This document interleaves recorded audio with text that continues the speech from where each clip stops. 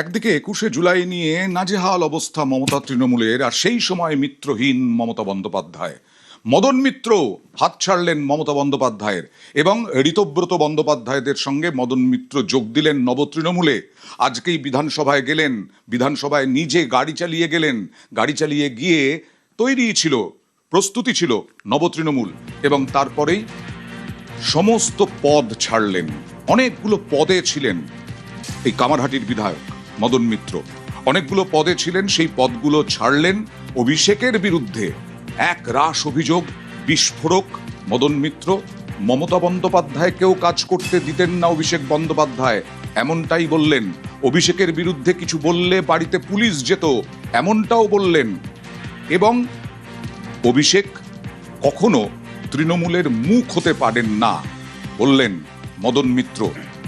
গতকালই সন্দীপন সাহার বাবা স্বর্ণকমল সাহা, তার সঙ্গে বৈঠক করেন মদন মিত্র, এবং তারপরেই সন্দীপন সাহা সঙ্গে কথা হয়, এবং আজকে ঋতব্রত বন্দ্যোপাধ্যায়রা প্রস্তুতি ছিলেন। অর্থাৎ মমতা বন্দ্যোপাধ্যায়ের সঙ্গে অনেক মিত্র, তারা মমতা বন্দ্যোপাধ্যায়ের হাত ছেড়েছেন। কিন্তু এই মিত্রতা বহুদিনের, ৯-এর দশক থেকে, ৯-এর দশকের আরো আগে থেকে, যুব কংগ্রেসের আমল থেকে, এবং তৃণমূল কংগ্রেস যখন গঠন হলো তারপর থেকে মদন মিত্র মমতা বন্দ্যোপাধ্যায়ের রাজনৈতিক ঘনিষ্ঠ সঙ্গী। এবং যে সময় বামেদের রমরমা, সেই সময় মমতা বন্দ্যোপাধ্যায়ের রাস্তায় মদন মিত্রকেও দেখা যেত একেবারে ফোরফ্রন্টে, সামনে আন্দোলনের, যে কোনো আন্দোলনের, কলকাতায় হোক, জেলায় হোক, শহরে হোক, মদন মিত্র লড়াকু নেতা, মেঠো রাজনীতির নেতা। সেই মদন মিত্র আজকে মমতা বন্দ্যোপাধ্যায়ের হাতও ছাড়লেন। কি বললেন মদন মিত্র, দেখুন।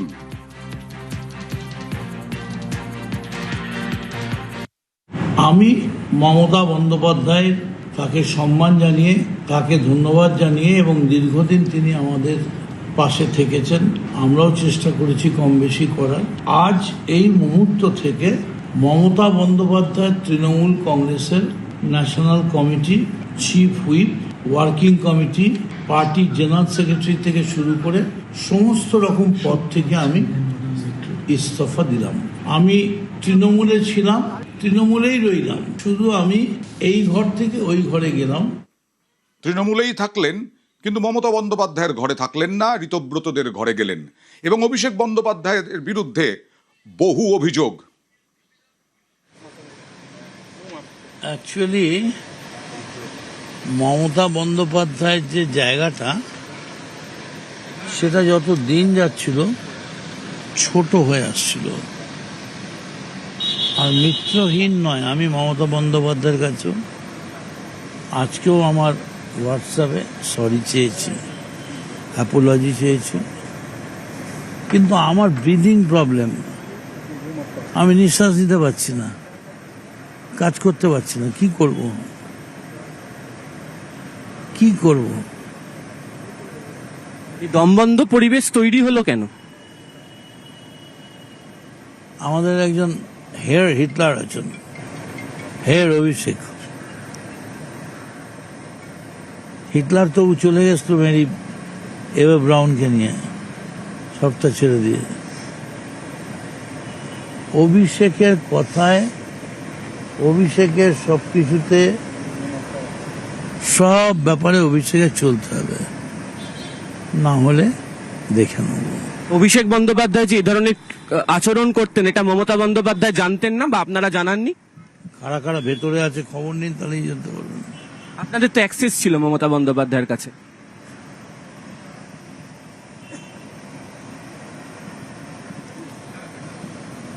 যত কম অ্যাক্সেস থাকে ততই ভালো। কেন বলছেন? অ্যাকচুয়ালি সব গার্জেনরাই হচ্ছে গান্ধারী অথবা ধৃতরাষ্ট্র। মানে মমতা বন্দ্যোপাধ্যায় গান্ধারী? সবাই, যারাই পিতামহ বা পিতা বা প্রপিতামহ হয়, তারা সব ওই গান্ধারী অথবা ধৃতরাষ্ট্র হয়। সামনে 21শে জুলাই আসছে, কোন শিবিরে থাকবেন?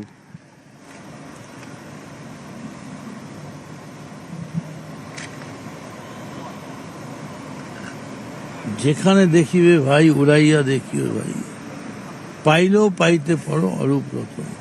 ঘুরবো সবটা খুঁজতে খুঁজতে কোনটায় দেখবো কখন পরশ পাথর হয়ে গেছে। তবে হাইকোর্টকে বাঁচিয়ে দিয়েছে। কেন কেন? 2,500 লোক বিড়লা প্ল্যানেটোরিয়ামে, অত বাদাম টাদাম বিক্রি করে আমি 2,500 লোক হয়। মমতা বন্দ্যোপাধ্যায় 2,500 লোক আনতে পারবেন না? তার বেশি আনবে কি করে? বারণ করে দিয়েছে তো। 2,500 আনতেও কষ্ট হবে। হাইকোর্ট বারণ না করলে 2.5 লাখ নিয়ে আসতো। খালি দেখতে দিলে না তোমরা পাওয়ারটা। অভিষেক একাই 2.5 লাখ নিয়ে আসতো। আপনি এটা সরি লিখেছেন, এটা কাকে? পৃথিবী শুদ্ধ সবাইকে, এবং অবশ্যই মমতা বন্দ্যোপাধ্যায়কে। মমতা বন্দ্যোপাধ্যায় আমার নেত্রী ছিলেন, আছেন, থাকবেন। কিন্তু আমার দুঃখ, আমার নেত্রীকে আমি বোঝাতে পারলাম না যে সহকর্মীকে সঙ্গে পেতে গেলে কিভাবে চলতে হয়। শেষ প্রশ্ন সেটা হচ্ছে, বর্তমান মুখ্যমন্ত্রী তিনি একটা সময় আপনার রাজনৈতিক সহকর্মী ছিল এবং তার পরিবারের সাথেও আপনার ভালো সম্পর্ক। আজকের এই যে আপনার এই শিবির বদল, তারপরে কি মনে হয় সেই সম্পর্কের জায়গাটা আরো সহজতর হবে? দেখো, 294 আর 1, আমি একটা এমএলএ, ও 294 এমএলএ। এটা ওর ব্যাপার না। It is his desire. মুখ্যমন্ত্রী কার সঙ্গে মিশবেন, কার সঙ্গে মিশবেন না, কার সঙ্গে কথা বলবেন, it is the desire of his highness. প্রথম 2 মাসে দেখে কি মনে হলো, কে এগিয়ে, মমতা বন্দ্যোপাধ্যায় না শুভেন্দু অধিকারী? আমার এই যে ঋতব্রত বন্দ্যোপাধ্যায় শিবির যেভাবে কাজ করছে, তাতে আপনার ভূমিকা কি হবে? যা দায়িত্ব দেবে সেই কাজ করব। मदन दा, बहुत दिनों से ममता दीदी के साथ जुड़े हुए हैं, क्यों आज ये डिसीजन लेना पड़ा? ये डिसीजन लेने से दूसरा कोई रास्ता नहीं था, क्योंकि अभिषेक को छोड़ के वो किसी को नहीं जानते। और ये जो अब डिसीजन लिया है उसके बारे में आप ममता बनर्जी को बताया थे, समझाया था, लेकिन वो कुछ नहीं माना। और ये हाल क्यों हुआ, अभिषेक के लिए या आईपैक के लिए? अभिषेक के लिए, आईपैक के लिए, और हाल और भी बुरा होगा। আমরা কথা বলছিলাম মদন মিত্রের সাথে। তিনি কালীঘাটপন্থী তৃণমূল কংগ্রেস শিবিরের অন্যতম নেতা ছিলেন, তবে তিনি সেই দায়িত্ব থেকে তিনি অব্যাহতি নিয়েছেন এবং তিনি ঋতব্রত বন্দ্যোপাধ্যায় শিবিরের হয়ে তার যাবতীয় কাজকর্ম সামলাবেন। এবং একই সঙ্গে তার বক্তব্য, মমতা বন্দ্যোপাধ্যায় কার্যত গান্ধারীর মতো আচরণ করেছেন, অর্থাৎ সবকিছু দেখেও কার্যত চুপ করে থেকেছেন। ক্যামেরায় অসিত দাসের সাথে আবির ঘোষাল, নিউজ 18 বাংলা, কলকাতা। নিউজ 18